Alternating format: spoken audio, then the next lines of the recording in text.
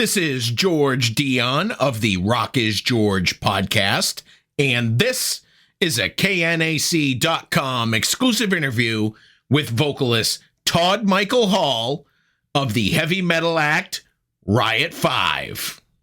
If I knew absolutely nothing about RIOT V, how would you describe the band's music to me?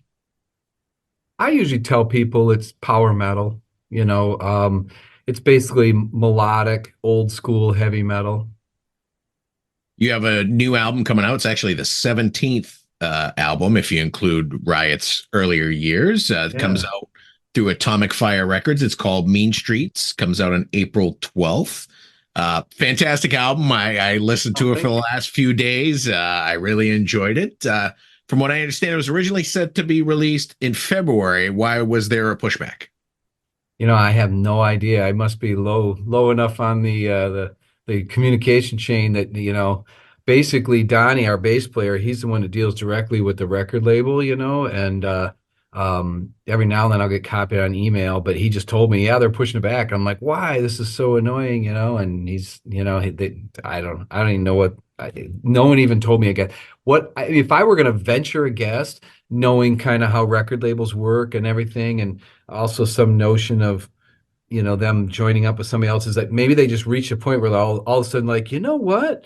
We got like too many artists, too many albums coming out right now, and we don't kind of have enough people to do all the work necessary to support these. So somebody's got to get pushed back, and we just got to be the lucky person, I guess. I don't know. That would be my guess, but nobody told me. I have no idea.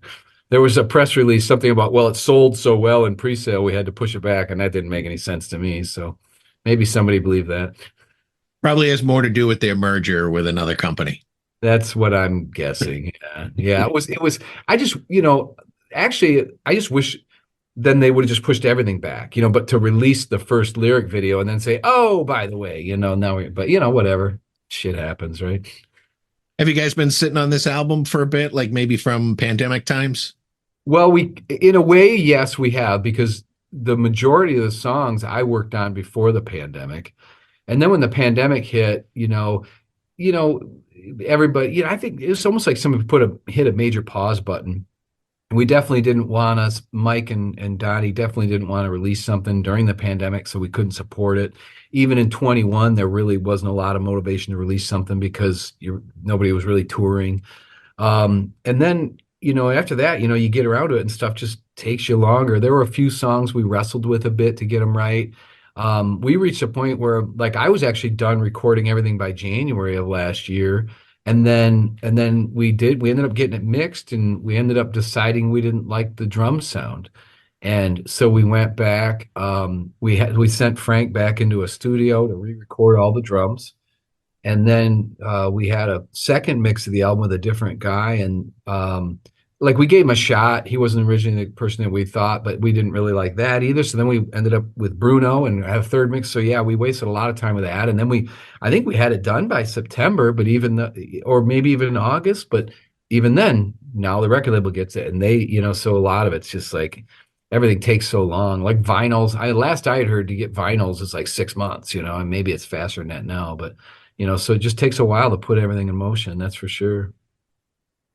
And this album is sort of, or at least the title is an homage to kind of the early years of RIOT, playing in Brooklyn and the underground clubs and stuff like that. Sort of what Mean Street represents, right? Yeah, for sure. I mean, Donnie wrote that song and wrote the lyrics. A lot of times I write lyrics. I think Donnie kind of wrote more than he typically does, on this album. And that one, he specifically had that old school thing in mind of going to L'Amour's and the Cat Club and all that. And those are the types of lyrics that popped out of that one. Also, Mean Streets is kind of, we call it the Johnny saga or whatever, because if you go to Thundersteel, they had Johnny's Back, the song. And in some ways, this Johnny just became this kind of character that has a theme that runs through, like on Privilege of Power. There's some element of, like Black Leather, Glittering Steel has kind of a Johnny character in it.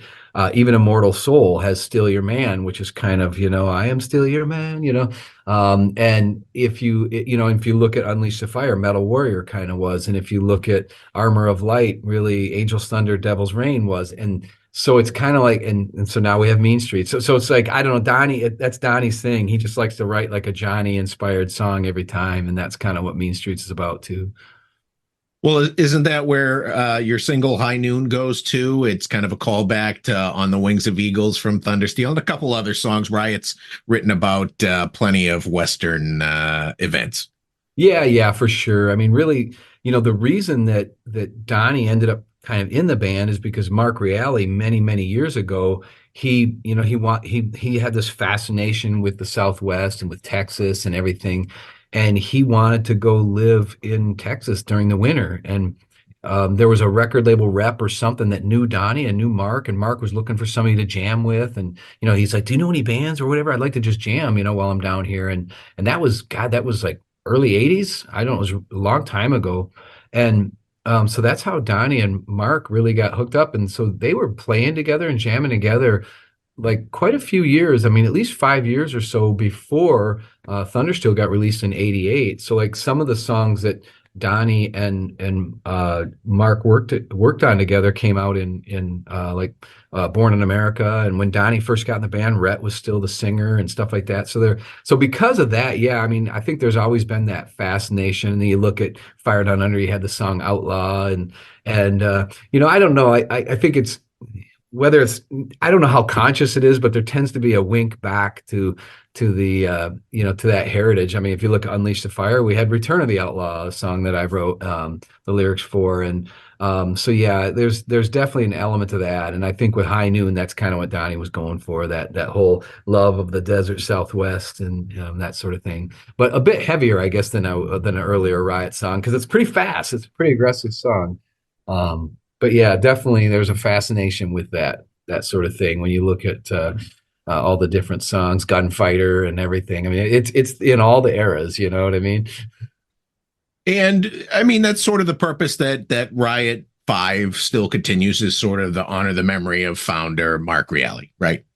Yeah, for sure. I mean, really, it's like, I mean, if you look at someone like Mike, I mean, it's a tough spot to be in the band, and we see it a lot with all these different bands where people die out and things happen. You look at someone like, Donnie obviously got together with Mark in '84. Now, after 1990, he was out of the band for a while, but then Mike got in the band in '89, and he's been in the band ever since. And so he's been on all these albums. And so, to expect those guys to want to just stop, it's kind of hard too. So, I mean, we call ourselves Riot V. A lot of people say Riot V, but the V is a Roman numeral, so it is Riot V.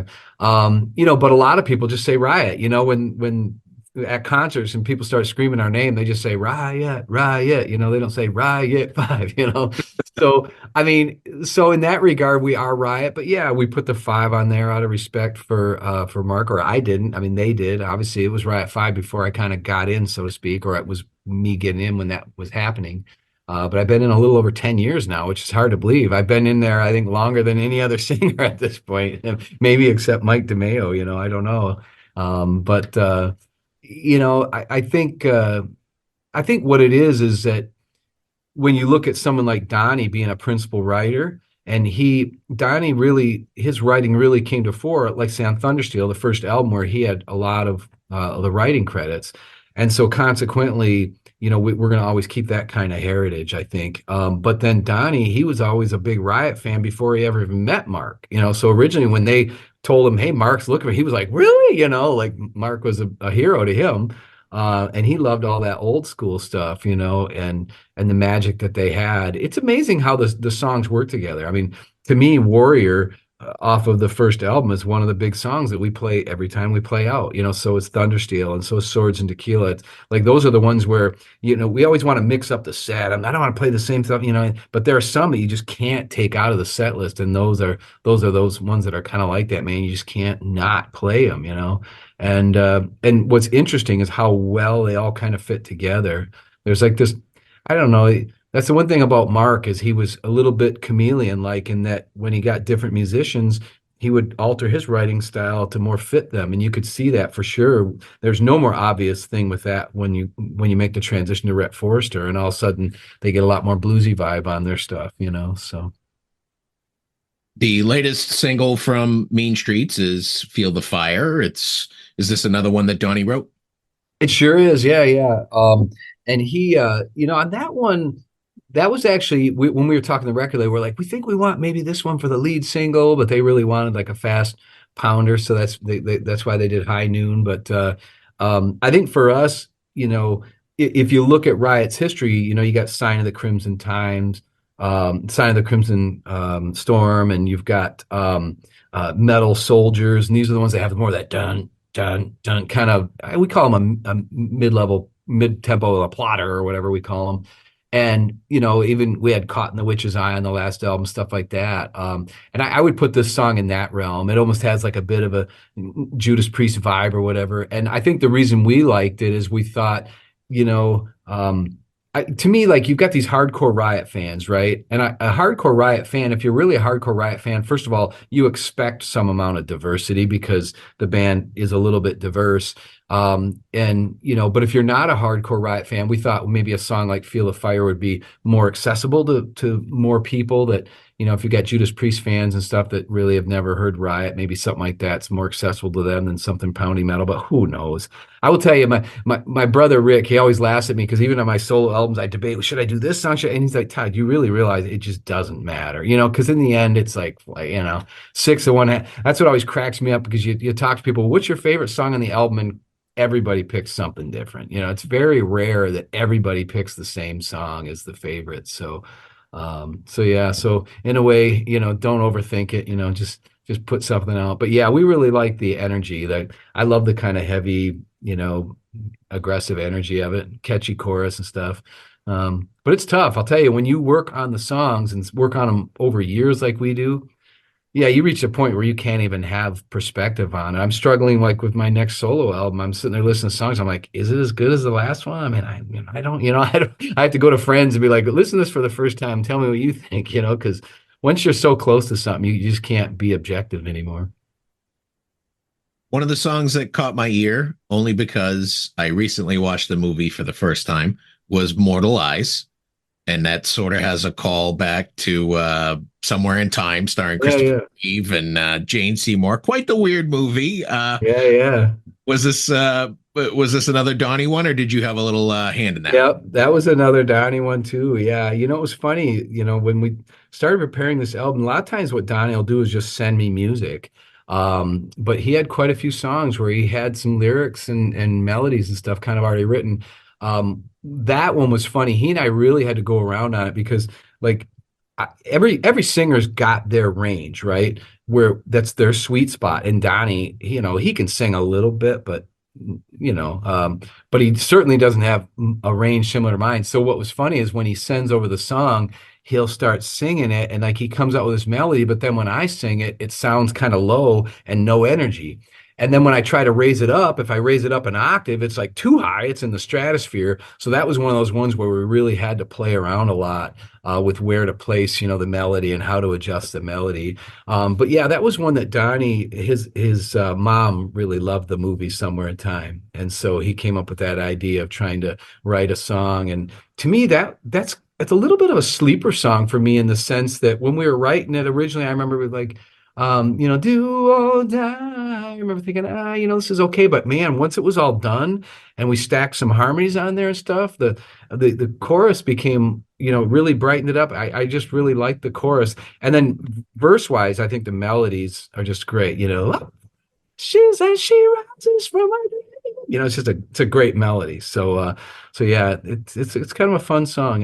That's one thing that's real nice about the Mean Streets album. I think we really, I think the albums are always kind of diverse, but on this one, we definitely wanted to make sure it was diverse. And we were like, we got to have some old schoolers on there. We got to have some pounders. We got to have this. We got, and I really love the diversity that we have on this album.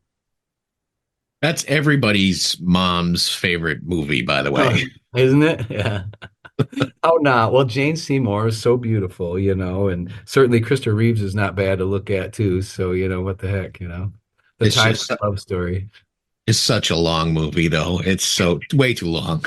I haven't seen it in a long time, so I should probably try to find it on Netflix or something and watch it again. Mean Streets is Riot V's first album with Atomic Fire. How did you guys get to deal with them?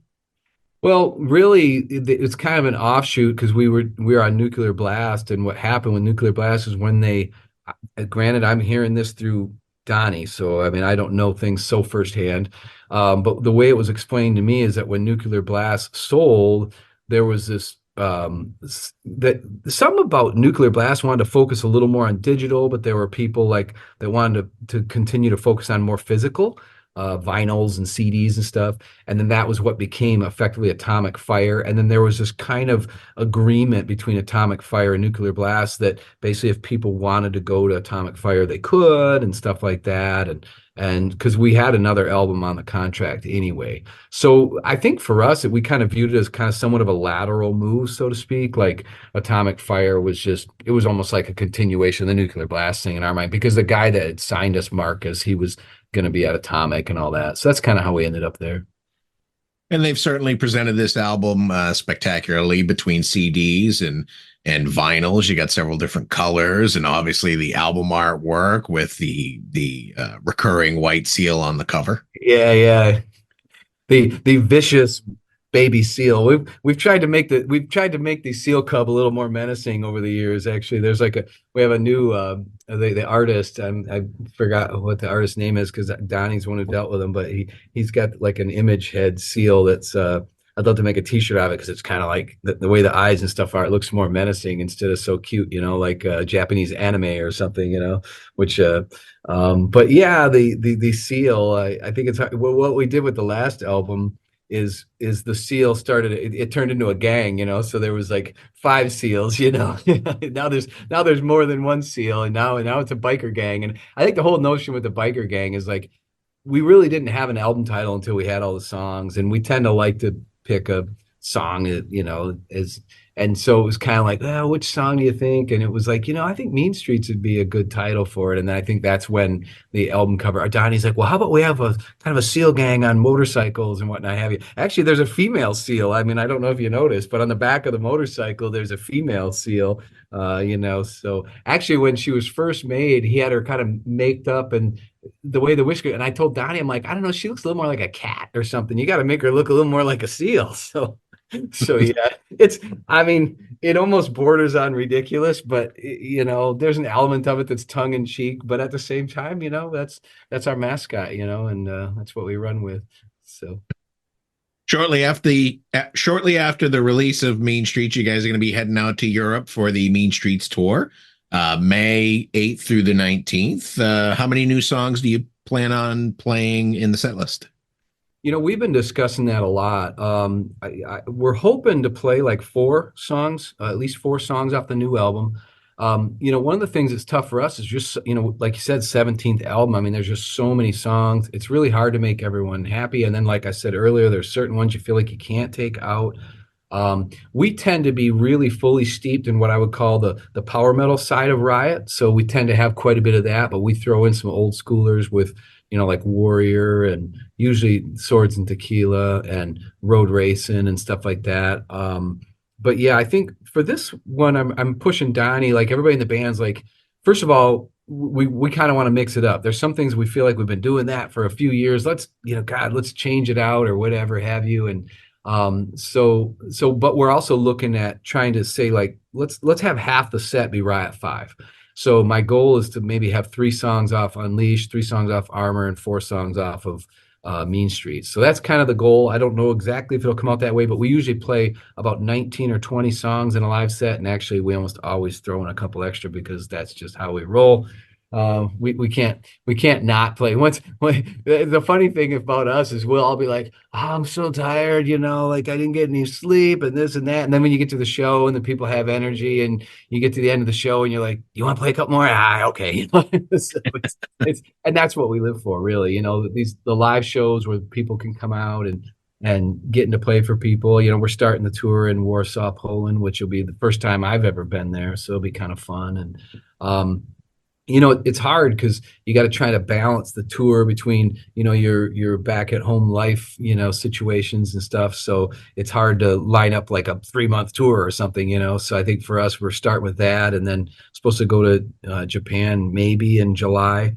There's talk of a tour of South America in September and stuff. So we're definitely excited to get out there and play the songs for people for sure. You mentioned it. You've been in the band for about 10 years now. How did you originally get the gig back in 2013? Well, what happened is I was singing in Jack Starr's Burning Star, and there was a guy named Bart Gabriel who is from Poland. And his wife is Marta Gabriel. She sings in a band called Crystal Viper, a very talented woman, and he kind of manages her, but he does, he produces albums for people. Well, Bart produced the second album I did with Burning Star called Land of the Dead. And after that, Bart also lined us up with some shows. I think it was 4 shows, I think 3 or 4. Yeah, it was 4. And so when I went over in 2013, I went to Germany to play the Keep It True Festival with Burning Star. And that's when I met Bart in person for the first time. And then later on, that was in the spring, like around April, and I think it was only about a month or two later, Bart contacted me and said, "Hey, do you know that Riot's looking for a singer?" And I'm like, "Really? Like they're still around?" Because I'd heard Mark passed away, and I wasn't sure. And he said, "Well, yeah, he did, but they want to continue, and they're looking for a singer." And I'm like, "Well, I don't know. What do you think? Is it stupid to be in 2 bands?" And he's like, "Todd, Riot's a legend. You got to be in Riot." And obviously, I knew Riot. I mean, I didn't know the Mike DeMeo era really. I kind of lost touch with him after Privilege of Power, but yeah. So basically, he hooked Donnie and I up to talk. And what was weird is that he wasn't real big on communication in the beginning, especially now. Obviously, we text each other all the time. But so what happened is he was like, "All right, well, record a couple of these songs." And so he gave me music for a couple, I think it was 3 songs off of Immortal Soul. I did vocals for them. And then he came back and said, "Man, that sounds great." He's like, "Okay, I got these 2 demos. Why don't you put vocals on them?" So I put 2 vocals on them, and then I'm just sitting around waiting. And then all of a sudden he comes back and he's like, "Yeah, man, I showed those to the record label. They're into it. Let's keep going." And I'm just like, "What? Okay." I just thought I was doing a demo, and meanwhile he liked it and was off showing it to a record label and showed it to Mike. And because Mike had kind of pulled back a little bit, and when he showed it to Mike, he's like, "I think we got some. I think we can do something here." And when they showed it to the record labels too, they said the same thing, because they basically, there were contracts were still in place. And so even the record labels weren't sure, but I think when they heard the music, they're like, "Oh, okay, well maybe we can do this." And so yeah, incidentally, like I started writing songs because I remember like Bring the Hammer Down. I wrote that like shortly thereafter. He gave me the music, and I wrote the lyrics to that. And I actually ended up writing 8 of the 12 lyrics for 8 of the 12 songs on Unleash the Fire. And it wasn't until like November of 2013 that they actually sent out something saying that I was officially in the band and that we were continuing and all that. But I had already been writing songs with them and stuff. So yeah. But it's been really a total blessing for me. I recorded for the first time in the 80s, so I go back a ways. And but I kind of reached a point where I thought, that part of life was kind of over. I started getting back into it a little bit in the aughts, especially when I got into Burning Star. We played a couple shows in, Germany and stuff. But yeah, for the most part, but getting in Riot just really opened that up to me. It was kind of interesting to be, 43, 44 years old, and all of a sudden that opens up for me. So sometimes people, when they talk about Riot, they'll say, "Oh, they never got the success they wanted," or whatever, so to speak. But to me, it's been a total blessing in my life. All right, man. In addition to Riot 5, you have your own solo material. You have that available on your website. You've put out some EPs recently, Water, Fire, Earth, and Air, really good CDs. And back in 2021, you teamed up with Kurt Vanderhoof for the album that's sitting right behind me, Sonic Healing. Fantastic album. From what I understand, you are working on a follow-up. Yeah, for sure. I mean, I think maybe I'm a little tough on my fans, but you see, the thing is like, and not that I would never do a solo album that's kind of more heavy metal based, but part of me, it's like I like to mix it up a little bit because it just I think it keeps you more inspired. And so as a songwriter, like when I write by myself and I write with an acoustic guitar or the piano, everything tends to come out as kind of like light pop or whatever. And so yeah, I do have some solo albums of my own that are basically more what I would call light pop rock along the lines of Bryan Adams or something, whatever. And then, but when I was on The Voice, a couple, well, it's been 4 years ago now. But when I was on The Voice and did that Jukebox Hero thing, I remember, people seem to like the video and that. And I remember going to Joe at Rat Pack Records and just saying, God, I'd really love to put out, an old school hard rock album, and, uh, and he's like, well, I think I got the guy for you. And he hooked me up with Kurt. And that's how we got together because Kurt loves, that old school rock. He's like, when I pick up a guitar, that's just naturally what comes out of me. And so, so that's how Sonic Healing came about. And yeah, and we just stayed in touch. I mean, he actually gave me music for a second album. I mean, it's one of those ones that's taken a while because like that first one, he gave me the music and it was a pandemic shutdown. I wrote all the lyrics and sussed everything out and recorded. I mean, so we started like around end of February or something, actually in March even. And by May, it was done. I mean, the album was done. It was just a matter of getting it printed, promoted, released, and whatnot. So it came out a year after we had finished. Whereas the second set, Kurt and I have done a second set, and he loaded up songs for me, and I think it was 2 years ago now or whatever.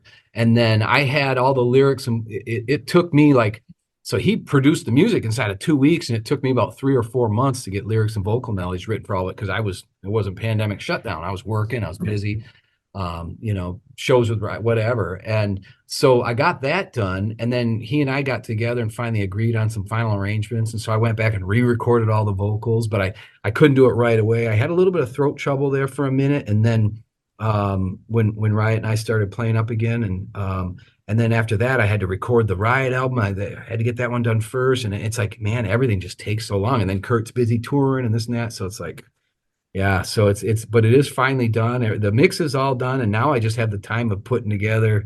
I just finished the album artwork. I got that done, and I don't have any current photos, and I got to get some photos taken, and so we're just kind of working all that. But we don't really want it to come out real close to the Riot album anyway, so it's going to be something that we'll delay and do later this year, I think. So, but I'm really excited about it. It's kind of, I think it's very very in line with Sonic Healing. So if anybody liked that, I think they should like it. I think Sonic Healing had some songs that made people say, oh, that kind of reminds me of Foreigner, and oh, that sounds a little bit like a Triumph song or whatever have you. I don't feel like that happens as much on this album. I don't know why, just so happens. But still I think in terms of the type of music, it's very similar in vein. To me, I don't know. It's weird because you just have these motivations. I just feel blessed to be in an opportunity where I get a chance to do the songs. And, I mean, yeah, it'd be nice if it sells 1 million copies, but, it's never going to happen in today's day and age. So it's just a matter of, scratching the itch and putting out something that you're, really proud of. It's like define success with an album. Like, well, to me, first and foremost is that when you're done, you're really proud of it. Like you're happy to show it to people and you're proud of what you've done. And I definitely have that going. So. And I wouldn't sell your adult contemporary stuff too short. I mean, still some fantastic stuff on those EPs and Letters to India. I know I got my wife into Letters to India, certainly the first nice. song. Oh, thank you. Thank you very much. Yeah. Actually, the funny thing is if you look at my Spotify, my number one song on Spotify is actually the first single off of Sonic Healing. Oh my God. I can't even think of the name of the song, but Overdrive, sorry.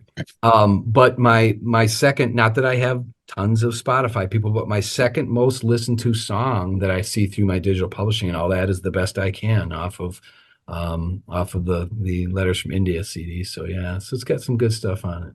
Yeah, and I released so those EPs were only digital, but then last fall, not the one that just passed, but a year ago, I released an album called No Winner Takes All, and it was more of the kind of light rock stuff. and it was very actually it was a batch of songs that I'd written. I had this really burst of creativity after Letters from India. I had a little over a year or so period where I wrote like 30 songs, and the first half of the batch became the EPs. And then the second half is an album called No Winner Takes All, and I did end up releasing it in physical form as like a double CD. So which you can get on my webpage if anyone's interested. So, but it was nice because I was bummed because I never released it physically, the EPs. So it was nice to finally get those out. Are you I'm old working? school. I like to hold the CD. I'm still old school like that. Me too. Well, maybe not a CD because I don't have anything to play it in, but definitely the vinyl. Yeah, yeah. Do That's you, the sad part. Yeah, cars don't even have them anymore. So you go to play it and you're like, I can't even play it. you got to burn everything now. Yeah. Are you working on any other music projects? Right now, not really. That's the weird thing. I get to these busy periods where, in order to write, I need some stillness. My wife is from the northeastern part of India, and, we try to go there. We went there last June to see her family, and that was the first time we'd gone in like 4 years because of all the pandemic stuff. But I've been there like 23 times, I think. So I mean, between initially going to meet her for the first time and then going to try to talk her into marrying me and then getting married and then having kids and taking kids back and visiting family and all, yeah, like 23 trips. So um and so you know, when I go to India, especially where she's from in Nagaland, I mean, it's this beautiful Himalayan city, but there's nothing to do really. And I don't mean that to necessarily sound bad, but you get a lot of stillness. And so I've written like 4 or 5 songs before while I was there in a 2 week period, just because you're sitting there with nothing to do, and there's a piano and you have a guitar. And I actually bought a real nice guitar when I was there. I mean, it's real nice, but it was only like $150, but it was a real nice guitar, and I just leave it there. And every time I go, I get to pick it up and play it again. But yeah, I haven't had much of that stillness in my life lately. So as far as picking up a guitar and trying to write some Todd Hall, like, pop songs or whatever, I haven't done that. But like I said, there's a part of me that feels like, well, I haven't been creative, but, I did write 15 more songs with Kurt, and I did write more songs with Riot. So yeah, it's always hard. But I do have, the one thing I'm excited about is I have, coming up here in May in my hometown, there's Ontario Hockey League or whatever have you, and there's this thing called the Memorial Cup, where there's a bunch of hockey teams coming in for this big tournament over Memorial Day weekend, and it's like 10 days. And they asked me to sing the national anthem for it, which supposedly it's televised and all that. But then they also asked, there's different bands that will play every day as part of this entertainment for people that are here for this things. There's a lot of people coming, and they've asked me to play. So I've kind of hooked up with a local band that I know, and I'm going to be playing songs off of Sonic Healing live for the first time. So I'm pretty excited about that. But obviously that only applies to someone in Saginaw, Michigan. But I'm pretty excited about it anyway. So that's the only other thing I've got going. But yeah, as far as writing music, I don't really have anything else going on right now. Well, Todd, those are all the questions I have for you today. The new RIOT V album is Mean Streets. It comes out April 12th through Atomic Fire Records. Great album. And I had a good time talking to you today to find out more about it. Well, thank you, George. I had a great time also, man. All right, man. We'll catch up soon. Hopefully I'll see RIOT around here in Massachusetts at some point. I would sure like to. God, it's hard to put together shows in the US because really you only kind of have 2 good nights, Friday and Saturday. It's like in that it's hard to get people to come out on other shows, and so it's just tough. And then it's hard because it costs so much to fly around, and the reality is the guys can't take a bunch of time off without wanting to get paid, and so it's definitely hard to put it together. I keep thinking, man, we got to do that one of these days, but it seems I don't know why we always end up bouncing back and forth to Europe. Just there's just a little more demand there, so it's a little easier to make it happen. So maybe I'll catch you on a rock cruise or something. I've been meaning to take one of those. Yeah, we've done the 70,000 tons a couple times. So there you go. That's how I'll have to do it. All right. Sounds good. All right, Todd, take care. Thanks again. Yep. And thank you for doing the interview.